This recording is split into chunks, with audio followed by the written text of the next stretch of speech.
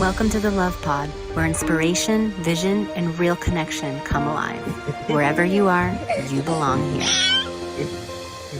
Welcome to the Love Pod, everyone. I'm your host today, Nathaniel. I'm so pleased to welcome our special guest, Matt Burns, who I've had the privilege of having an amazing conversation with previously. Matt is doing really important work. He's the founder of ProveWorth.com, and he comes from a background of some pretty interesting SaaS and startups, specifically with Monday.com. So you've seen a lot of growth and exponential changes in the online scene, Matt, and now you're focusing on really building conscious bridges between communities, which is really reflective of Lightheart Vision and what we're trying to do, and really helping people find basically the place where they belong and what's worth their time. So I'm really excited to just jump in this conversation with you, and I'd love to invite you to share more about who you are and why are you doing this important work. Yeah, thank you so much. It's an honor to be here, and I'm really looking forward to the conversation. So it's great to meet everybody. My name is Matt, and who I am, I always love answering that question. I like to think of myself as a passionate problem solver who has the joy and privilege of collaborating with his wife to help people solve Mm. those painful problems. And we do so through a variety of methods, but one of the main focuses right now is through ProveWorth. So yeah, like you said, had a long history of working in startups and being the first employee of several that did very well, which was really awesome. Most notably Monday.com, where I spent nearly a decade and kind of rose through the ranks there. I started, on the midnight shift answering emails and phone Mm. calls, and I got to really see firsthand a lot of things that I think really resonate with what you're trying to build and your audience as well. The traps that entrepreneurs and businesses face is, very human in nature. So yeah, as far as why I got into this game, like what ProveWorth is doing and why I got into it, I got to experience the fact that we typically feel like asking for people to share the value that they've received from us in the form of a review or a testimonial is like an extraction. Mm. Like you're taking something away, or you're asking for somebody's to selflessly give energy to you that you consider taking. But I think the reason why I'm so passionate about it is because it's actually an opportunity for gratitude. And when you frame it properly, you're giving people the space to articulate the transformation that you have given them. And that is an infinite game, and I love playing infinite games. So Mm. yeah, that's me in a nutshell, what I'm working on and why I'm up to it. I love that you brought up infinite games, Matt. I think this is such an important distinction in our current society because I feel like we've gamified things that ought to be infinite games and we've made them like finite games, like these Mm, competitive battles, especially when I think of like finances and school in particular is an interesting place because it has that edge of both community and business, right? Monetization of community, and people are coming in looking for particular transformations. They're looking for their place to be. They're looking for their resonant crowd. And I really appreciate what you said about, the real struggles that entrepreneurs face because that, in a nutshell, like what you talked about, and that doorway of gratitude is something that I think is foundational to the new era we're in. I mean, we've already crossed from the information age and now through this acceleration of AI. I like to see it as this age of transformation. Like mm, one way or another, our species is going through a big transformation on the planet. I feel like AI is going yep. to impact the world more than the internet did. And but being rooted in gratitude and changing the frame about how we look at, you know, um, providing testimonials, reviews, because really, this is the important distinction that's going to make the difference between someone really finding the place where they belong and getting lost in all the mire of AI generated content and avatars that I'm sure there are people watching, YouTube content right now that's an AI avatar that's not a real human being, then they have no idea if they don't have the eyes. So ProveWorth, I Yeah. feel like is important and is providing an important service to connect real people to one another so that we have this growing network of trust. And two things that in our conversation we had previously that you brought up, I've been contemplating it every day and I've talked about in communities. And I think it's so important as a foundation to talk about is trust and validation as being these Mm. central core issues, let's call them that, but they affect both the community members and the community builders. Do you want to share a little bit about your insight in growing ProveWorth and how it's you've come to this realization of that kind of through line? Yeah, absolutely. So, through my experience helping build up Monday.com, we the work that we were doing was all about growing the product, getting it in people's hands, learning, iterating, improving.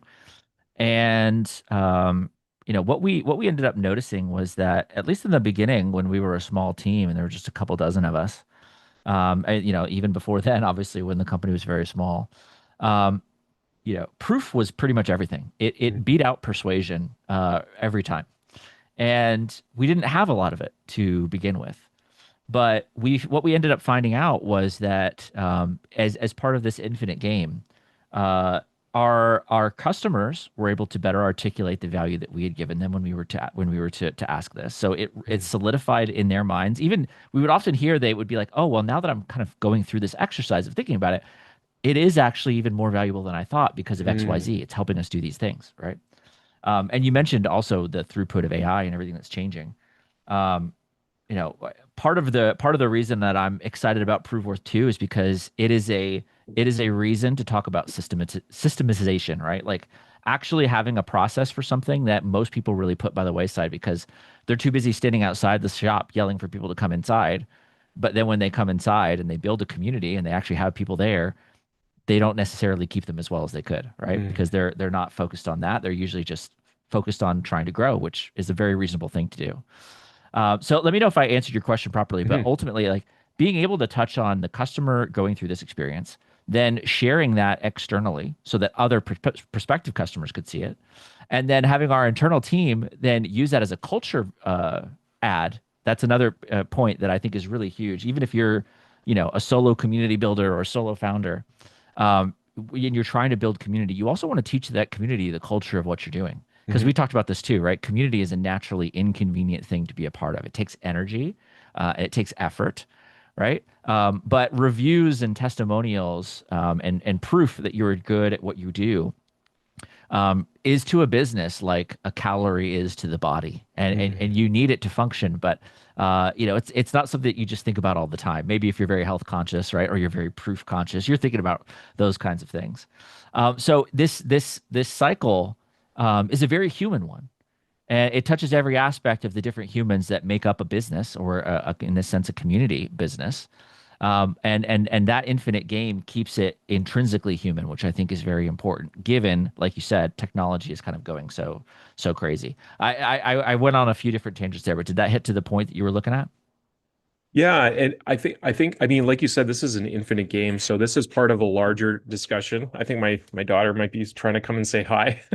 And That's and yeah, and I mean, that's a good point, right? Like this is it's not community is not just about growing business. Obviously, that's part of it. And I think the healthiest businesses do tap into this infinite game where they include family, they include community in what they're doing. They're not just creating this like absolutely.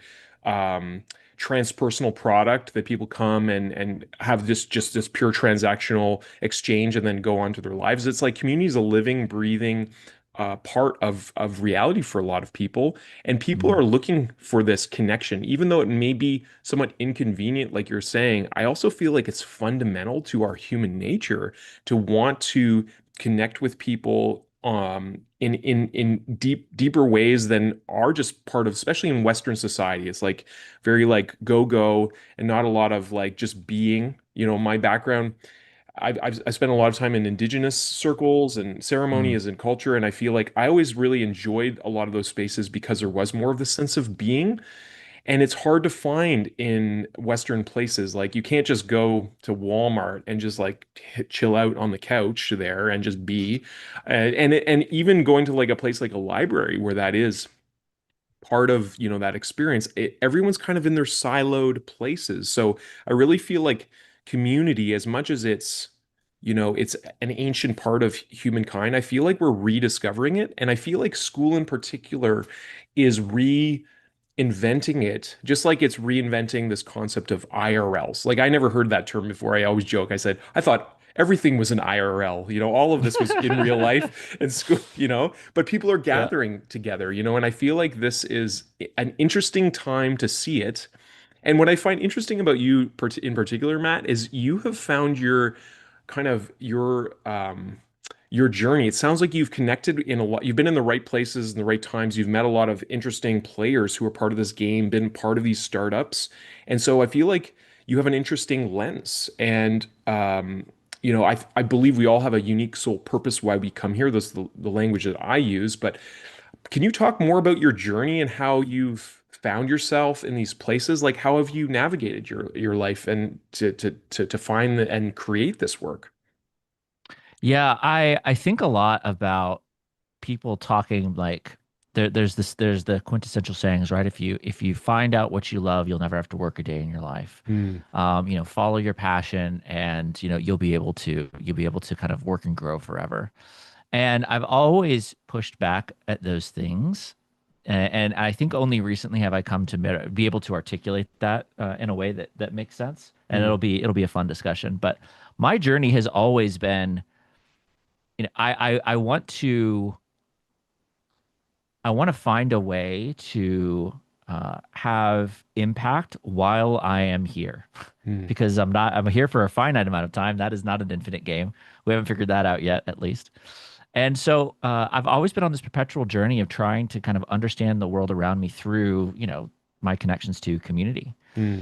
And the journey has been a meandering one, but I think the way that I have always looked at it is I need to kind of find this median of things, because like you mentioned, Western culture is very go go go. Other parts of the world, maybe you slow down a little bit, but we're kind of always chasing the almighty dollar, euro, yen, whatever currency is there. Everybody kind of serves at that altar. And the best life and the best way to have impact, I have found, for me, is to find ikigai is probably the best concept Hmm. I've heard in relation to this, which is that, for those of you who aren't familiar with it, right, all these different circle Venn diagrams that ultimately say, like, what does the world need? What are the gifts you have? What makes money? Where are these things kind of sitting in the middle of that? And so I've always chased it. I've had opportunities to make lots of money, and one of the earliest versions of that I remember distinctly was I was working at a startup that was working with Red Bull. I like to tell people I was a drug dealer, which is basically true. Uh, Yeah. and this real crossroads came up because I made friends with somebody in the organization. They made an introduction, and they gave me an opportunity to work for a tobacco company. And I have nothing against the uses of tobacco. If people want to use tobacco, that's fine. But this organization was essentially doing in my mind was, they were offering something to people willingly, but I didn't feel I wanted to always have a sense of pride and accomplishment, because I kind of crave that validation from my community and my peers. And I always look at what I'm doing. I say, can I say this with a smile on my face? Can I Hmm. talk about it nonstop? And I could see myself in situations where I would be making all this money and working for this tobacco company, selling, cigarettes and things like this. And I would be ashamed, and I would be, Hmm. it just, for me, it would not be something that would lead to kind of my goal. Um, and as somebody who does not have children, and does not plan to have children, I still think about legacy all of the time, Hmm. which is a fun topic to talk about, because a lot of my friends have kids, a lot of my family, everybody's having children, and I love kids. I love being the aunt and the uncle, with my wife. That's always a super fun thing. But I have benefited so much from people that I don't even necessarily know the name of. Like I've Hmm. looked at my family tree, but I couldn't like rattle off my great great grandfather's name to you right now. Hmm. And so when I think of legacy, I think of, who, like, I am loving my life right now, thankfully and gratefully. I'm in a place of great privilege. And so that journey, every step of that has benefited by, countless people that have come before me that have shared knowledge. Hmm. Like without the internet, like all the people that made the internet, I got to be grateful for. Like without that, I wouldn't be nearly where I am. And so I just think about that privilege all the time and try to pay respects to that. Mm. And so throughout this journey, that's kind of colored every step of the way. I got started in door-to-door life insurance sales at the age of like 20. Before I was working at the YMCA as basically a glorified babysitter. Going through all of these different experiences, life insurance, selling life insurance at that age in Texas means you see more guns than you want to, and you're sweating bullets all the time. So you have to learn to be grateful because your life is kind of on the line if you're knocking on strangers' doors in that space. So yeah, I long and meandering kind of way to say, um, I've been grateful and fortunate enough to have had people in my life that have helped me understand that with the one life that we have, Mm. and whatever that looks like, when you are serving a greater purpose than the self, um, that actually is what makes the self feel more fulfilled, and Mm. you feel that sense of purpose and connection. Mm. Um, it would be such a boring game to play if you were playing it by yourself. Yeah. I joke with my wife all the time, like, Andy Weir in The Martian. Like, if I'm trying to go and build something on a completely foreign planet with nobody else there, right? Why am I trying to do that? Because I want to get home. I want to get to my people. I Mm. want to I want to Mm. be back around and connected. Mm. Um, it's just there's a bunch of different points there, but I would say the great journey that I have had, the amazing journey that's yet to come, it really comes from the fact that I have gotten to learn from the pain and suffering and the joy and the incredible drive of all of those people that have come before me.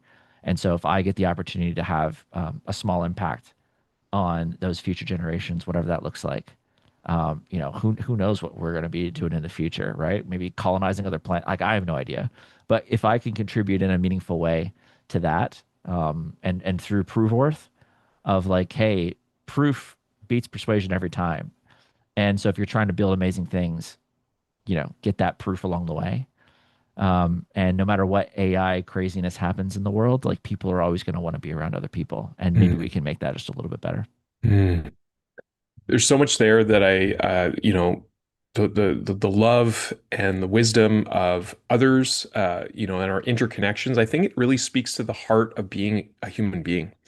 Something I've been considering for a long time. I was listening to Michael Bernard Beckwith talk about, the internet has created this mental connection for all of us. Like, even Mm, just now, we're thousands of miles apart, and we're talking to one another in live time. It's really a miracle that we've gotten to this yeah. stage so quickly, right? I mean, this was not in existence when I was a young boy, and so many things are accelerating that people are not even aware of. I think, like, XR technologies, I'm really interested in, but not a lot of people have tried, like VR and even AR stuff. And AI certainly is the topic of conversation everywhere, and I think it's loaded because there's a lot of fear, and there's a lot of, like, also, like, really huge expectations about it, and all these things. Yeah. And what you're talking about, this concept of legacy, I think speaks really to the heart of what humankind is meant to be. And the wording I would use is we're meant to be stewards, and not only stewards of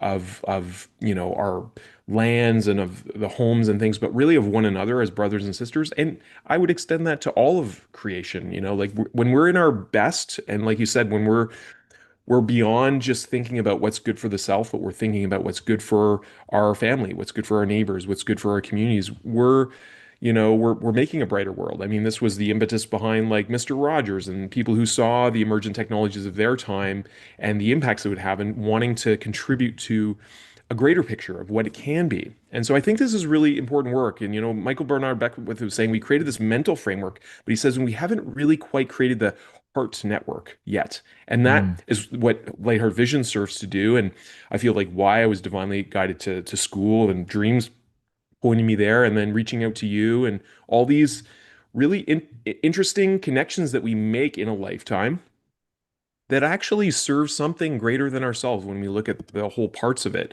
And I yeah. think, when I think of ProveWorth, and I knew I'm meeting with Matt today on the podcast. I gotta set up our account, so I finally did it. And Awesome. I think that it is important, especially for like grassroots entrepreneurs, solopreneurs, soul driven entrepreneurs who are maybe not starting with all the resources of someone who has a lot of capital, but has something important. I feel like there's a lot of players out there who are inspired and want to build something, and they need that reach. And there's so much noise, especially on so regular social media and stuff. I think Hmm. you're solving the this challenge in an important way of so many people are building in isolation and they Yeah. were creating something really meaningful. And so, but how do they get it out there? It's like when you turn on the when you make that decision, I'm going to be an entrepreneur, and then you realize like all the stuff that you have no idea that you don't know about, like marketing and getting out there, and then all the back end stuff that you have to learn, and then how to actually present yourself well in terms of sales. You might be really good at delivering a product, but you have no idea how to work that exchange and all these things that happen. I feel like ProveWorth is something that can help people to just make that journey more efficient. What have you noticed in terms of some transformations that people starting to use this and maybe finding their communities or those testimonials helping people who are have these really beautiful services? Like, what are some notable stories or a story that you've come across, Matt? Oh yeah. So, well, first off, thank you for the kind words and thank you for sharing. Thankfully, there has been so many now that it's becoming more of a regular everyday occurrence that Amazing. people are getting and sharing awesome transformations.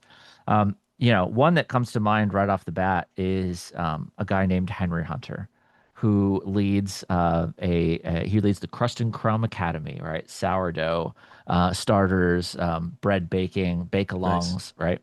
The guy is he's an incredible entrepreneur, an amazing baker, basically an artist, and ex-military, big guy from Brooklyn, right? But loves kneading dough, and he needs it in his life, and he needs it to make good bread. And That's so awesome. what's true for him, I've seen more and more frequently is there's always this push and pull. You mentioned like school and the dynamic of how it's kind of creating community and business and kind of merging these things together. But especially when you're starting out, or you're wanting to reach a new level essentially. Because Henry was already doing incredible, and he had a community of 50,000 people on Facebook before he joined Wow. up in school. Um, that push and pull is sometimes you have to compromise one side to benefit the other. What's good for the community might be that it's free and accessible to all, but what's good for the business is that you charge more or maybe even a lot more, and understanding kind of like where you are in this place is a real difficulty, and the emotional side of all of this is that you get to read these like incredible transformational stories from people, and it gives you signal and clarity on what you're doing, why you're doing it, who you're doing it for. You're able to build upon that. And it was a friend of the show, Victoria Gallagher. She was talking about getting some feedback that made her burst into tears Hmm. from a review that she received on ProveWorth. Hmm. Henry, every Saturday he does a bake along live. He finishes it saying, "Hey, we're 5 stars on ProveWorth. If you got value out of this as a member, go and leave us some feedback. Let us know what we could do to improve. Let us know what you love. Like we want to keep building upon it." And so it's giving people emotional fulfillment Hmm. on one side of it. But even if the feedback isn't, I'm using air quotes here for those listening, right? Even if it isn't as positive, Hmm. it's still something that is going to strengthen you and make you better, right? Yeah. And it's if you just coast through and everything is fine, good for you. That's a miracle. Congratulations, right? But most of life is Yeah. going to have some challenges. And those challenges are going to end up making you stronger and make the thing that you are doing better and provide more impact for people. So, I often find too that there is like I feel it too, where it's like a fear to ask for these things because what if somebody doesn't like it? But that feeds into this ultimately a virtuous cycle of how else are you going to make something good if people don't tell you that it's not, and they don't give you a way for that to happen? So yeah, I've been fortunate enough to see so many different stories and examples, but the beauty of ProveWorth, I'm obviously very biased, right? But we've been working and refining every day. I spend the first few hours of every day watching the analytics and the data for what people are kind of like doing that's working and what people are doing that's not working, Mm, and the timing of things. Because I have been obsessed with how do we make this process as frictionless as possible mm, for all parties, the community builder, the community seeker, the member. And as this gets better and better each day, it's just more and more of a plug and play system for people to be able to, become more discoverable, to improve their product, to have a clear system. And I find it to be really, really satisfying. I mean, obviously, I get to see all this stuff too because we review everything that's posted before it goes live, for authenticity. We check it to make sure that it's real. But um, you get to see these beautiful stories come through, many times a day mm. of or some important feedback that this person probably is going to want to have, depending on which side of the scale, if it's 1 stars or 5 stars. And be able to say, here's why I trust this person, here's why we don't trust them yet, here's what they can be doing better, here's what's working. And so being able to kind of pull back that friction and hand Mm, somebody something that says, hey, this is going to be the best possible, this is the infinite game, right? It's going to be the best possible thing for you no matter what happens, because if you get 1 star review, guess what, that's an opportunity. It's like the mm, best opportunity that you can have, not only to be human, right? mm, Because like nobody's perfect. mm, We're going to be able to figure that out. But what I've seen multiple times now is that when somebody gets, I'll leave them out of this discussion, right? Because there's somebody who's yeah. gotten like a few pieces of negative feedback, um, but they've used that as, even though it's stressful and can produce anxiety, they've used that as an opportunity to make these things better. Mhm, And what's happened now multiple times is that people who were angry and upset have now come back and updated their review mm. and changed the score and made it better. And so, and Cool. we have timelines on ProveWorth so people could see, like, if you see somebody was a 1 star and they turn into a 5 star, Mm, that's an even better story that you could, yeah. that's the most human story you could have. It's like, hey, I didn't do a good job. Mm, We figured it out. We made it better. And now I get to put that front and center. Like, mm, what greater example of your determination as an entrepreneur, as a community builder, to say, we screwed it up, we took it on the chin, we made it better, and we went back out there, and they did us a kindness and shared that with the world. So yeah, we've got a lot of awesome examples, but yeah, Henry Hunter is definitely one of my favorites. And what Victoria's been doing as well, with ProveWorth has been really beautiful to see. That's wonderful. Yeah, I know Victoria as well. I'm in her community, and I think watching her win the school games and all the things that she was going through, and what I feel like what's beautiful about community does bring out that humanness, right? It's not like you're dealing Mhm. with a corporation, and so I love that you can see that story in the reviews. We had another guest about a month and a half ago come on and talk about how they specialized in correcting like Amazon reviews that were negative. So like a business could come and correct it.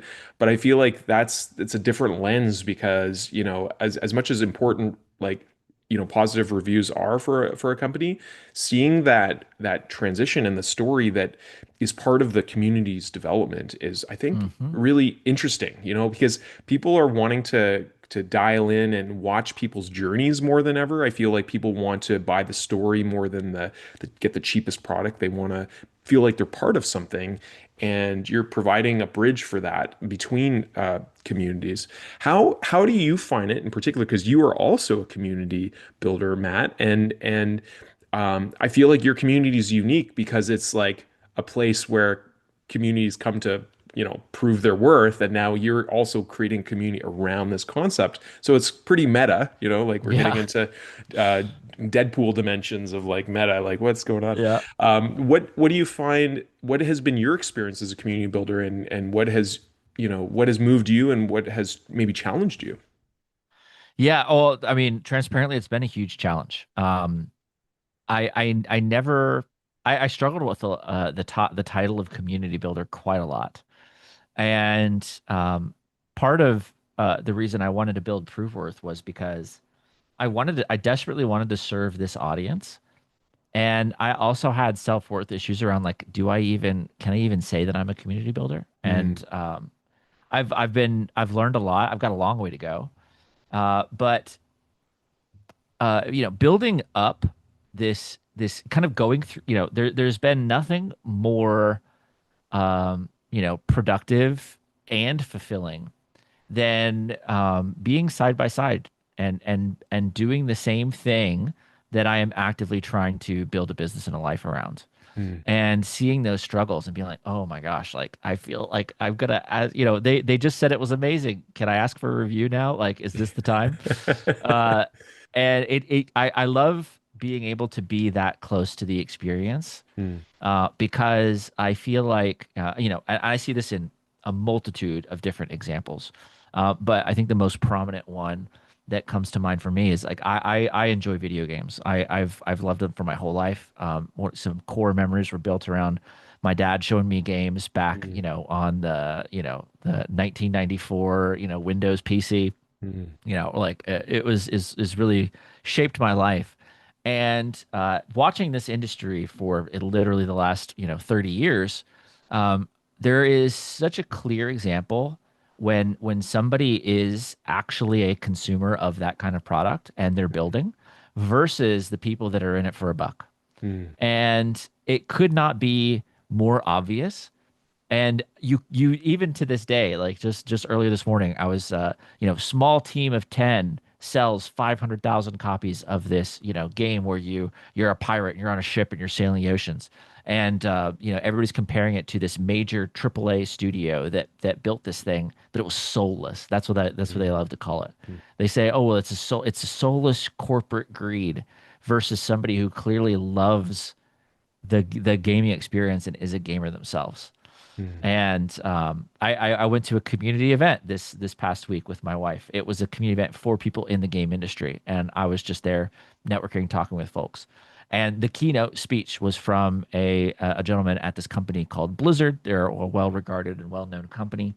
And he said the reason why Blizzard was good and the reason why it struggled was because it was always led by gamers. It was mm, always led by these people who were consumers of the thing. They did the thing. They knew the thing. They knew what it was for. They knew who they were serving. They knew what they were doing.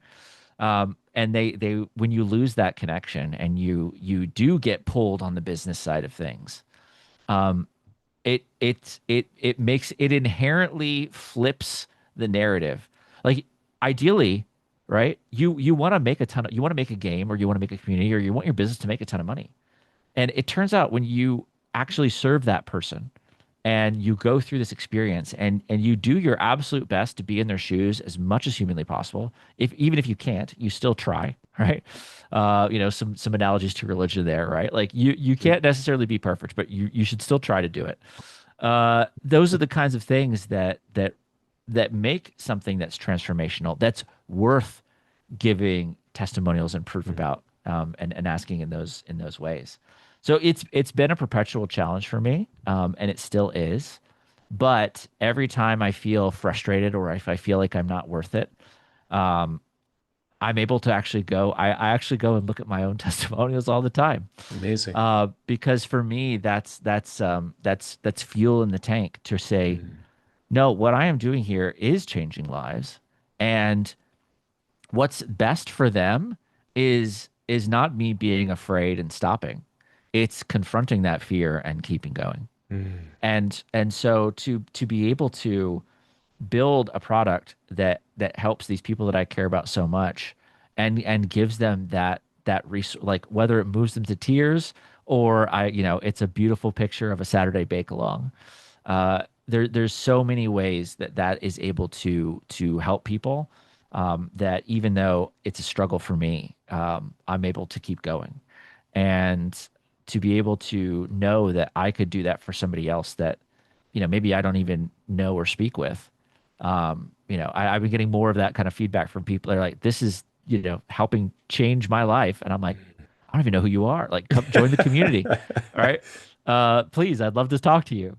Um, that's a special privilege that I just never want to take for granted. So, Well, I really appreciate your humility, Matt. And, it's interesting how so many entrepreneurs have this through line of the things that we struggle with the most as the things that we're often so able to help others with in terms of their transformation, because you go through all the nuanced corners and mhm, edges, and you find, your own place. And when you're really self-honest, and go on this inner journey, like for me, we're all spiritual beings having a spiritual experience. It's just not all of us define it that way, but we're all going through our own unique psychological, spiritual pathway that is totally one of a kind. Like there's no other one of us. And I feel like that's what makes individuals so interesting to me, and why I've like really enjoyed being a host for a podcast, because I'm able to see all these dimensions of an individual.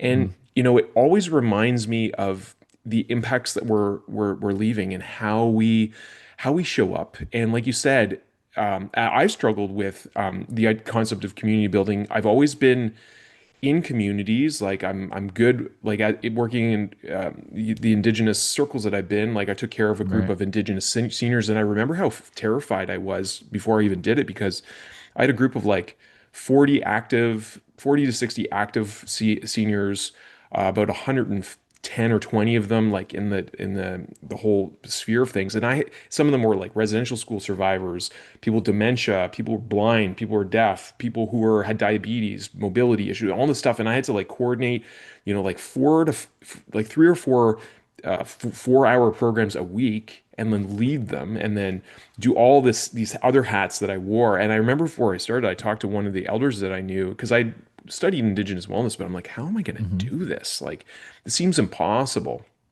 And I could have shrunk. I could have just like not, and there was a lot of turnover in this particular community center. It was a health access center.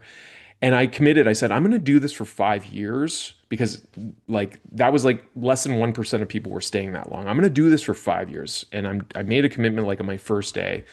And I did. And I'm so grateful that I did. Sorry, go ahead, man. You have something to I was say? just gonna say, what gave you the courage? What gave me the courage? An Irish medicine woman told me that what courage means in Irish is the rage of the heart. And Ooh. since I was a little boy, I had this rage in my heart. Like I saw how we were treating the land, and I Mm, saw how like humans were out of harmony with the planet. And I remember looking at grown-ups and watching the things that they were talking about and focused on, because I was in so much wonder. I was a wonder kid. Like I was always like fascinated with the creatures, and like whether it was like a little turtle when we went to BC, or like frogs, or like caterpillars, and watching spiders weave their webs, and water striders on the water. I was always like immersed in wonder, and to me, life was just this series of miracles. Like, and hmm. and I always kind of maintained that intellectually, but I would look at grown-ups, and I realized, talk about infinite games and finite games. I realized like they forgot, and they were playing this game in their own mind, where they had all these Mm, beliefs about life, and they were worried about things that weren't even there, like these future things that weren't even for sure yet. And I think oh that wow, gave yeah. me like this like I'm here for a reason. I'm here to do something important, and I don't know what it is. But I'm just gonna follow this sense of wonder. And that eventually became like, I didn't have the words for it, but after high school, I was a stressed out kid. I started getting my whites when I was 13 from the education system, moving from Wow. Alberta to Quebec, from like a Yeah. French immersion to full French. And that I didn't like that. But I also found out like so many other children were in my who had already failed the system like 3 years in a row, and were at risk of going down in the basement where all the adult learning was. And like, a quarter of that class failed the French class. That was the one that really stressed me, and I was on the line of not passing. And so I didn't like being forced to do things in education, and then seeing all that, the stresses that are put on children to like prove their worth in school. And Yeah. I realized like I was removed from my genius, because I was like in love with nature. I loved creative expression and stuff, and I couldn't do those things. So then when Mm, we had our little girl, like that, to me, it's like that was the palpable reminder that the seniors in that program reminded me of. Because I had, before I made that commitment, I had already met a few of them. And I always really, like you, sounds like you very much, like I deeply care for people. And I met a few of them and I'm like, wow, like they were full of life and they had something important to share. And I'm like, if I can make their life better, I know that's going to take time because I actually was aware it would take at least a year of me being there for some of them to actually trust me. Because a lot of Indigenous people have been through so much Right. distrust, broken things, and I knew it's going to take time for me to Hmm. establish a relationship. So I said, if I give this, at least 5 years, I can probably have some real impacts and create moments. And if that's all I can do, create moments where we make memories, where people have maybe a shift in, maybe they spend a whole lifetime not loving themselves because they were told they were, this about themselves or about their culture. And I can maybe make an opportunity, an event or an experience where they get to shift that. And we had lots of those. I'm grateful for it. I have so many funny stories. I think that was a big heart for me that gave me the Yeah. courage to be like, like you said, it's not about me. It's about like me just showing up.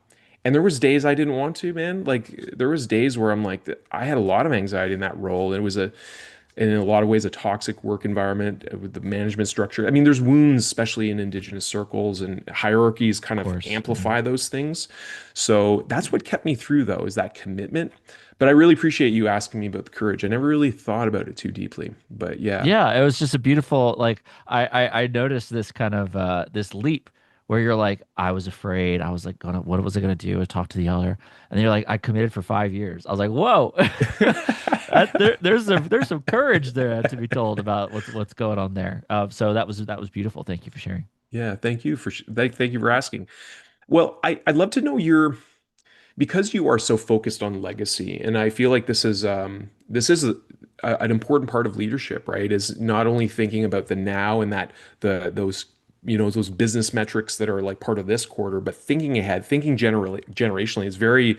It's a very indigenous concept. I think that traces back to all of our indigenous roots, wherever we are from in the world, is thinking about the generations that are not even born here. Even like our daughter, who's 2 years 2 months, she already has all the eggs of future generations within her already. And so, should she choose to have children, that potential is already within her. So I'm thinking of Mm, that too. And part of what I'm building here is like, uh, I can't ever quit on Light Heart Vision or whatever iteration is of our soul expression, because how am I going to tell her to go to her dreams and to not just conform to a society that is out of harmony and all this thing? Like I need to be an example.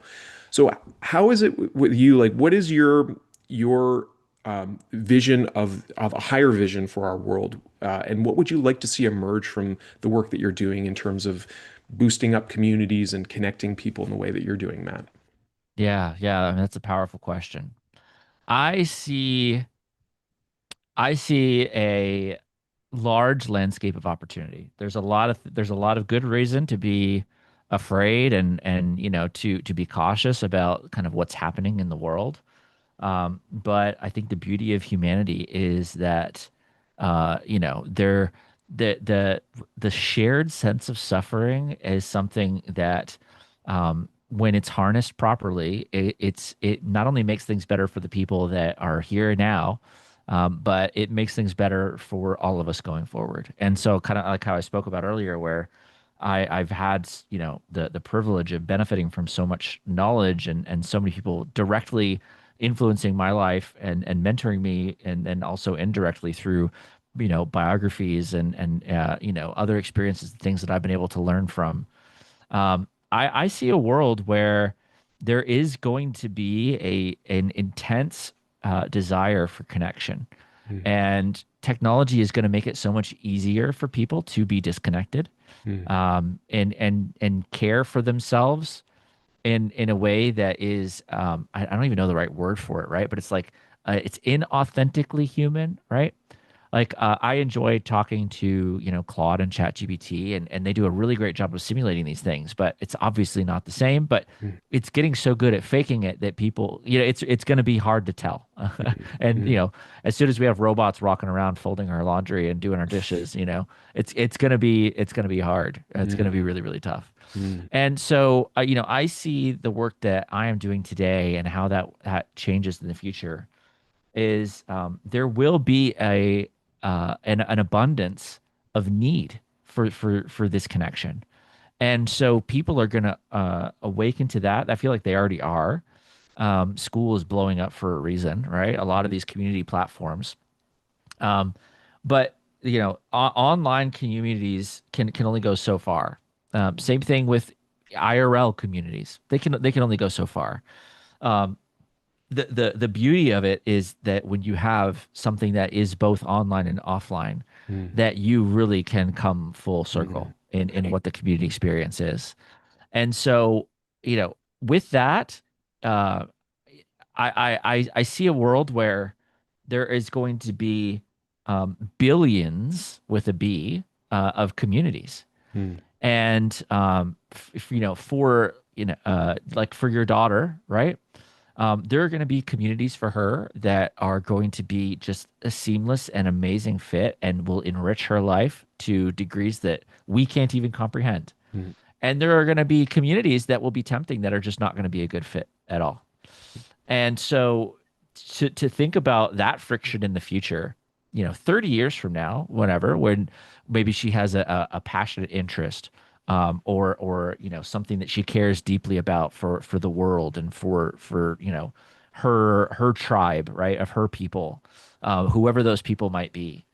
Um, right now, nothing really exists I've searched far and wide. I've heard people talk about it, but nothing like ProveWorth really exists that helps people, make the community growth process, the mm, community discovery process as honest and easy as it can be. The technology is there, the opportunity is there, and so I'm seizing it, and I'm grateful to have the opportunity to do so. But in a world where we have the abundance of knowledge work being handled by the technology that we have, where there's a world where you know there's not as much work that needs to be done to provide for yourself. What are you going to crave? You're going to crave meaning and fulfillment and mm, connection and community. mm, And so I see the work that we're doing now is really this foundational piece of the education of this audience, but and to be able to say that, I think is almost a little presumptuous, right? But like, all these communities are going to be created, um and I'm grateful that that's going to happen. But in that noise, there is going to it's very hard to find signal without mm, a system in place to mm, help people to do that. And I hope that there are 1,000 versions of ProveWorth in the future, that competitors that are helping people find, in real life communities and online communities and blended communities. um, you know, maybe it's like, these are going to be the best communities on Earth, but these are going to be the best one on Mars, right? It's like the future for that is going to be pretty insane. mm, So I don't know where all that's going to go. I don't want to even presume to know.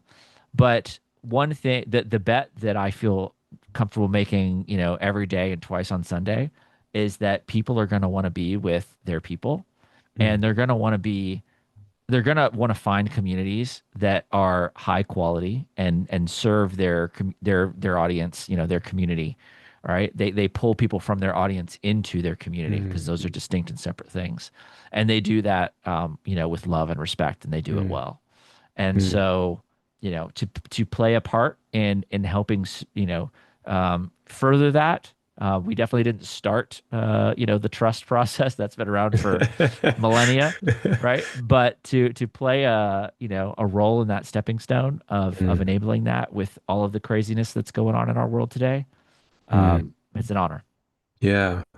Yeah, so much of what you said, I deeply resonate with and appreciate, and I would like for Lightheart Vision to be of service to helping this mission move forward. And I'd like to offer also some potential perspective, because As you talk about the presumption of, educating this audience, I look at the root etymology of education. We talk a lot about it. Like at its heart, Lightheart Vision is a profound education association and co-creative endeavor that is devoted to creating what we like to call home, heaven on Mother Earth. And Mm. to me, that's a state of being when we are all in alignment with who we really are and we are recognizing our interconnections and very much see that all of our not only our actions but our thoughts and our feelings about one another actually create that legacy, actually are seeds that we're planting. You mentioned Victoria Gallagher, like this, so much buzz about manifestation. We tend to make things that are we don't fully understand, like we put them on a pedestal, like we do with rock stars and we do with music. We just put it on a pedestal and we've created a disconnect. But to me, manifestation is like it's very simple. It's like we are electromagnetic beings, and our electromagnetic thoughts and feelings, especially when they're in coherence, have impacts on one another.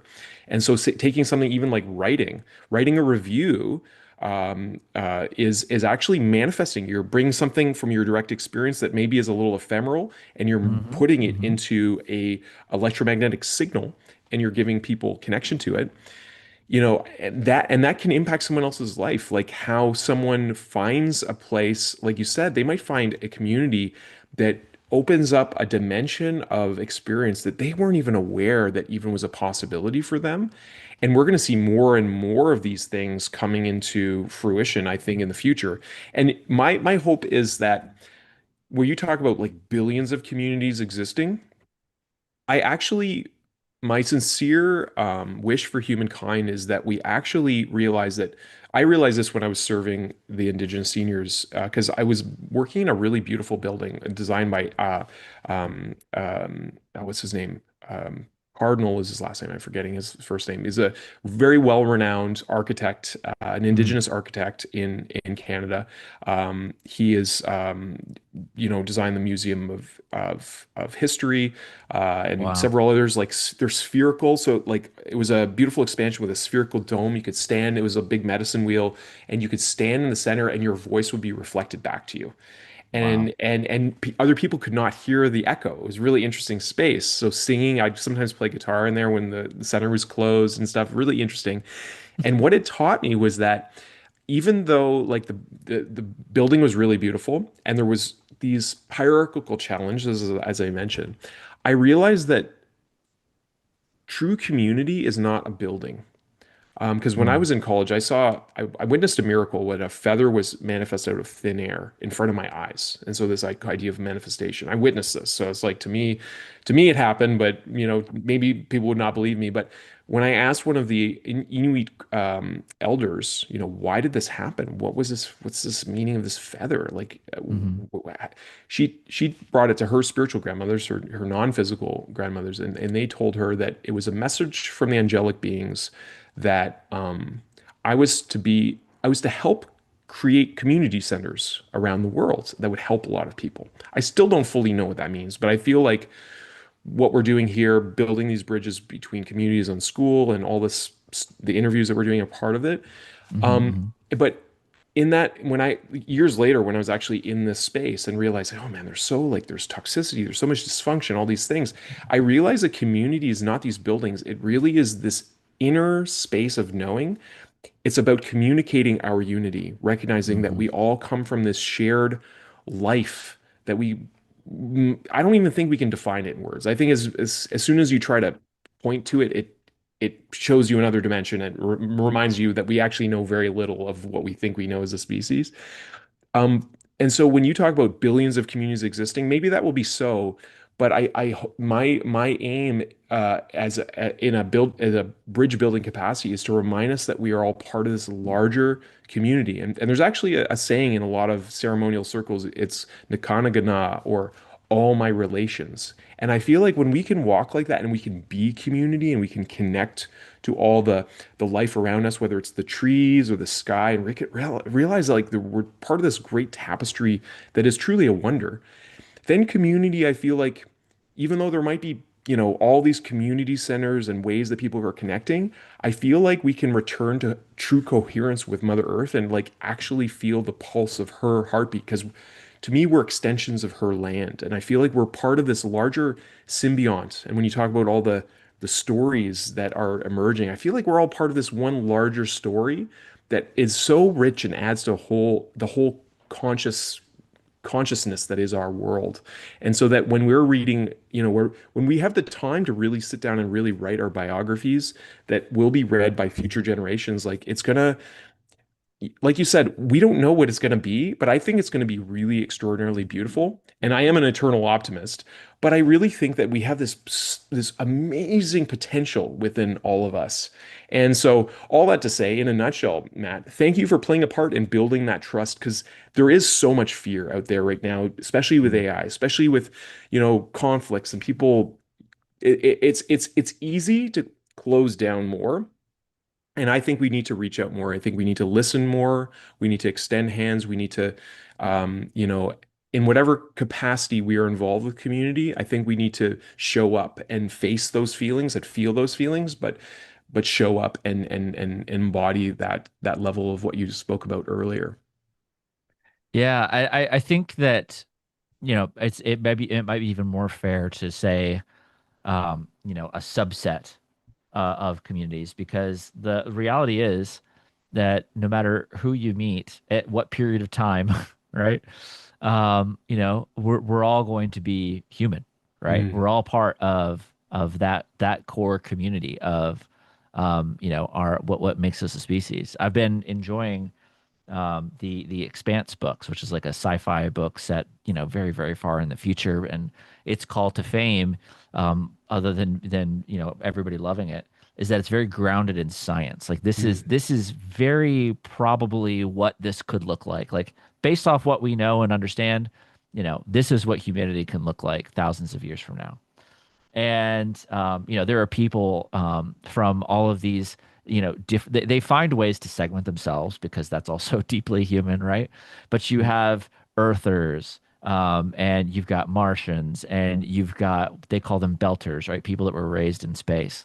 Interesting. I'm at this kind of core pivotal part in the story in like the fifth book, but it was funny because it was just what they talked about. Um, they're going through this pretty phenomenal struggle, and one of the characters says, it doesn't matter where we come from or what we are doing, we're all still human. We've Mm, come so far as a species, and we're divided here. Why are we dividing ourselves by these classifications when we're mm, all just people?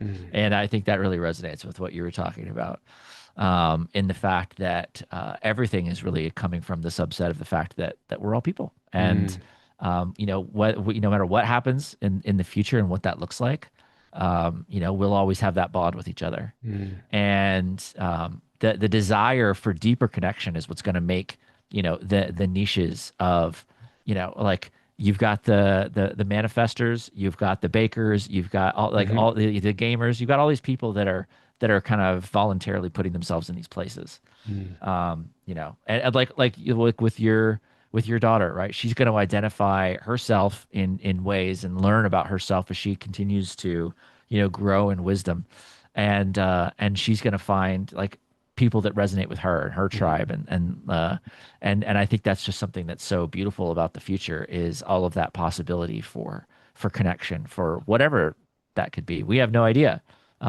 She's going to play a big part of that, just like, the people that I'm connected with, hopefully 30 years from now, it's going to look a lot different. But we're still going to be people at the end of the day, right? So, yeah. So there's so much wisdom in what you said, Matt, and it's actually reflected in a big way in almost every indigenous elder that I've said has said the exact thing. And what's so interesting is like we're in an age where we tend to divide one another in a lot of ways, like from nationality to culture and all this talk. And speaking of a daughter, she's come to say hello. yeah, she's been a popular Yeah, topic. she has been. Yeah, we've been talking about you, Luciana. You want to say hi to Matt? Yeah. Yeah, hello. Well, it's so many of the words like Anishinaabe, Inuit, Ongwahonwe, Cree, they all speak to being the people. Like Anishinaabe means Mm, the good people, Inuit means the people, and in traditionally, people were not divided by culture; they were just I think it just represented the diversity of ways of doing, but and ways of knowing. But it wasn't about, those are the, the Ojibwe and those are the Inuit. Like, so I feel like we're coming back to this sense and realizing like we are all part of this tapestry. I really appreciate the work that you do, Matt. And I want to ask you, what is the best way for people to connect with you, to connect with ProveWorth, to get started on their journey of forming those deeper connections with their community members? Yeah, absolutely. So the best way is definitely you go to proveworth.com, and you can submit great communities there as a member. So that's proveworth.com/submit. Or you could join if you're a community builder, and that's just proveworth.com/join. So I will, I work and manage that. We will get connected to you either way, from that. And so depending on kind of like how people want to interact, that's the best. And so as a part of that onboarding, there will be an opportunity to join our community if you so choose. And so I'd be certainly happy to connect people there. But yeah, all the info, all the socials, everything there is just available on ProveWorth. So yeah, if just depends on how you want to connect. But for those of you who are interested, I'd certainly love to. Wonderful, wonderful, Matt. I also always love asking our inspiring guests, and you have been awesome. I really appreciate you coming on the show. Um, if you had a megaphone, you could talk to anyone all over everyone, not anyone, everyone all over the world, and you had something important to share, what would you say? Mm. Yeah, I love this question because it's such a forcing function to simplify. And I would say the core lesson that was not mine, it's one I have taken, is that belief comes before any ability. And so much of the decisions in my life that I have made have come from me not understanding that, or not respecting it, where I believed I had to have some sort of ability before I Mm, could accomplish great things. But time and time again, there's storied examples, whether that's in entrepreneurship or, in culture or in any other things. But I've read a lot of biographies of, amazing women, amazing men who have built incredible things. And the throughput that I have seen throughout hundreds of those examples has been over and over again that when you believe in what you are doing and you believe in your ability to accomplish it, you can accomplish absolutely anything. mm. And you don't have to have any ability. Everything is a skill issue. Like, are you determined enough? Are Yeah. you determined enough to obtain those skills and do the thing? Then you could do it. Mm, And in on the flip side, um, if you are deciding not to do those things, that's okay too. But you are making that decision. mm, And so there's a lot of extraneous factors. There's a lot of other things that can, there's environmental factors. There's, biological chemistry. There's all sorts of things that play in there. But if I could shout it from the rooftops for everybody, is that belief comes before any ability mm, in life, and you have so much more. To your point, right? You have so much more latent power than you think you do. mm, Always, like mm. even when you learn this and respect it, I feel like Yeah. there's still so much there. So yeah, belief comes before ability. Mm. Well, and I think it points back to that infinite game. It's so interesting, man. We didn't talk about like Christ consciousness at all. We talked a little bit Mm, on our last call, but it's interesting because what you just said actually is the perfect um, expansion of what he talks about in the letters. Like, just like other things we put on pedestals, like to me true spiritual enlightenment is actually a very practical path, and he says specifically it is a matter of healing beliefs and practicing self-control. And so you spoke to both of those things, like aligning your beliefs with what you are feeling called to is so important, but then also developing the capacity through through the skills that we need to develop. It's a skills issue, and we're at such an interesting time. Like the veil of excuses are so thin. I mean, if you don't know how to use AI, go and ask AI how to use AI. It's like Right. you don't really have to, even go to search on Google anymore. You just take the tool and like teach me how to use you.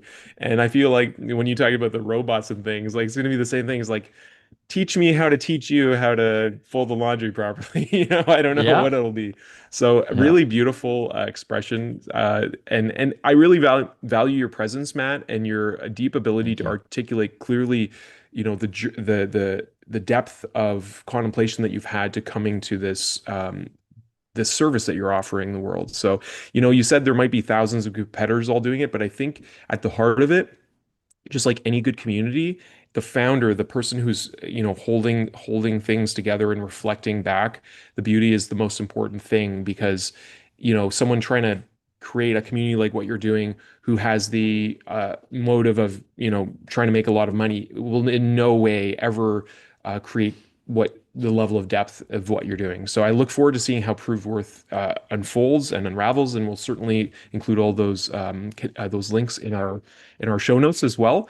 Is there anything else you'd like to share with our audience before I invite Luciana back again in a video to thank us all for watching?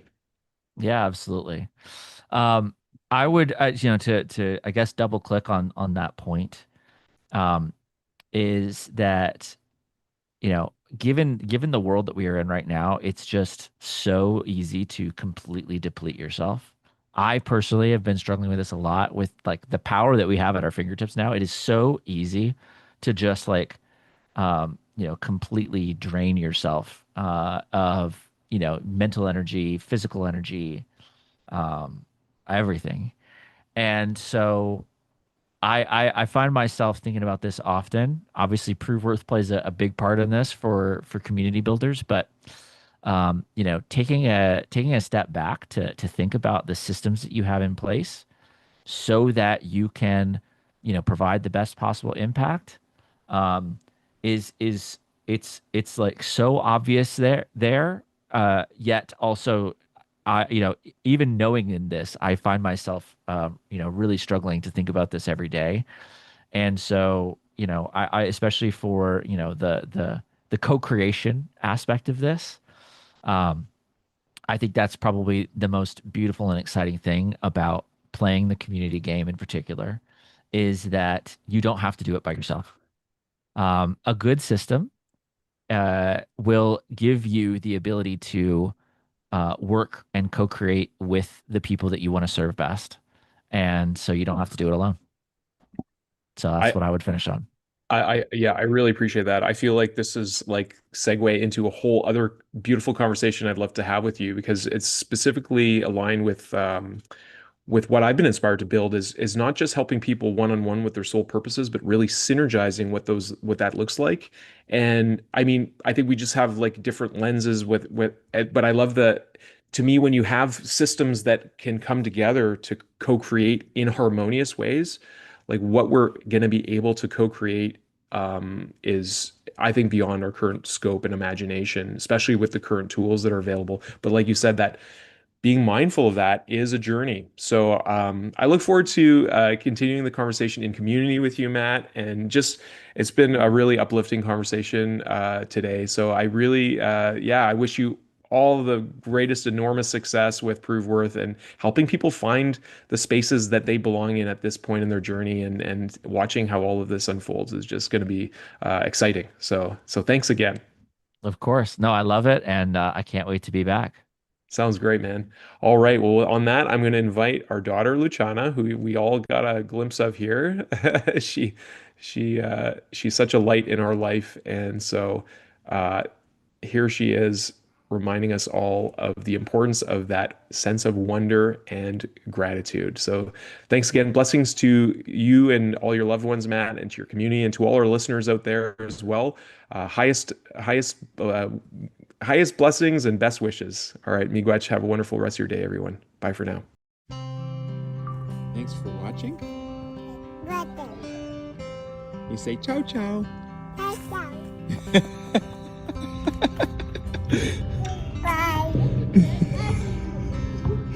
I love you so much.